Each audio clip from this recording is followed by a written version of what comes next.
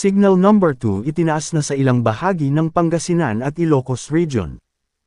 Itinaas na ng PAGASA ang Tropical Cyclone Wind Signal number 2 sa ilang bahagi ng Ilocos Region at mga karatig lugar, habang nananatili naman ang Signal number 1 sa iba pang bahagi ng Northern Luzon. Tropical Cyclone Bulletin para sa Bagyong Mimif ngayong Miyerkules, August 5, 2026.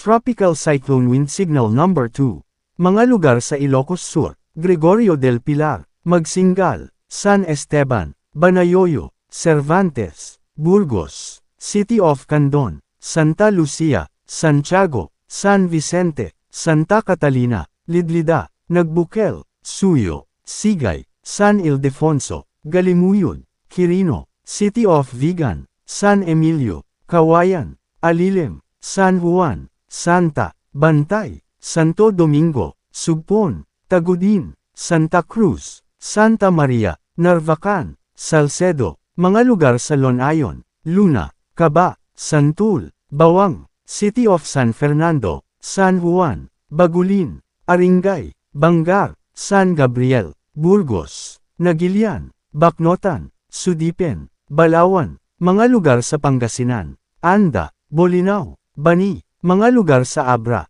Manabo, Pidigan, Langiden, Luba, Bolinay, Salapadan, Buklok, Tubo, Villavicosa, Pilar, Peñarubia, San Isidro, San Quintin, Bangged, Bukay, mga lugar sa Mountain Province, Besao, Tadjan, mga lugar sa Benguet, Mankayan, Kapangan, Kibungan, Sablan, Bacon. Tropical Cyclone Wind Signal number 1. Ilocos Norte, rest of Ilocos Sur, rest of Lonayon, rest of Pangasinan, Apayao, rest of Abra, Kalinga, rest of Mountain Province, Ifugao, rest of Benguet, Cagayan, Isabela, Quirino, Nueva Vizcaya, mga lugar sa Zambales, Candelaria, Santa Cruz, Masinloc, Palawig, mga lugar sa Tarlac, Mayantok, San Clemente, Camiling, Santa Ignacia, Gerona, Paniki, Moncada, San Manuel, Anao, Ramos,